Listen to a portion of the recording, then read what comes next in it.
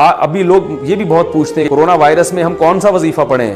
بھائی گناہ چھوڑو, آپ دنیا کے اسباب بھی اختیار کریں کہ کراؤڈ میں نہیں جانا, اور جو بھی اسباب جو ڈاکٹر بیان کر رہے ہیں وہ دنیا کے اسباب ہیں, اور جو علماء بیان کر رہے ہیں وہ سب دنیا کے اسباب ہیں. لیکن علماء دنیا کے ساتھ ساتھ آخرت کے اسباب بھی بیان کرتے ہیں.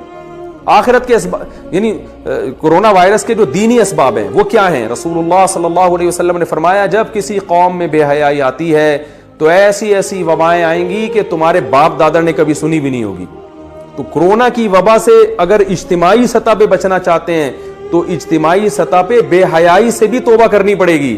وہ کرنے کے لیے تیار نہیں ہے.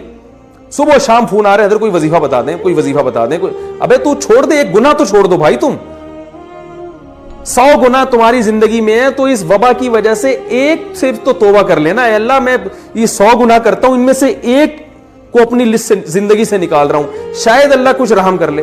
گناہ ایک بھی چھوڑنے کے لیے تیار نہیں ہے. وظیفوں پہ زور لگایا بھائی, ہر کام میں وظیفہ چاہیے ان کو. میں وظیفوں کا منکر نہیں ہوں, لیکن یاد رکھو کہ جو چیز جس چیز کا سبب ہوتی ہے نا, اس سبب کو ہٹانا پڑے گا آپ کو. جب تک وہ سبب زندگی سے دور نہیں کرو گے وہ مصیبت نہیں ٹل سکتی.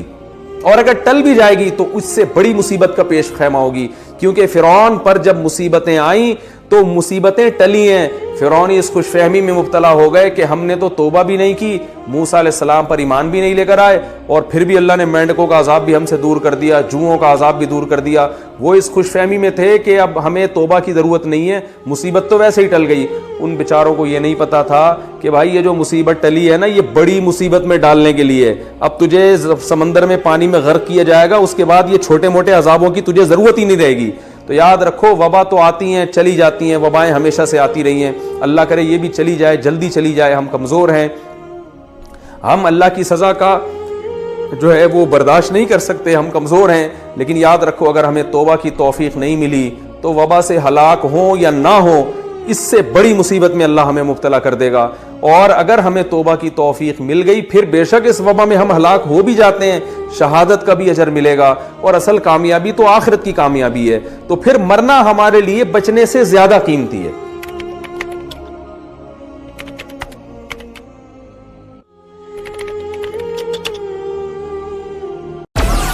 Download Moj.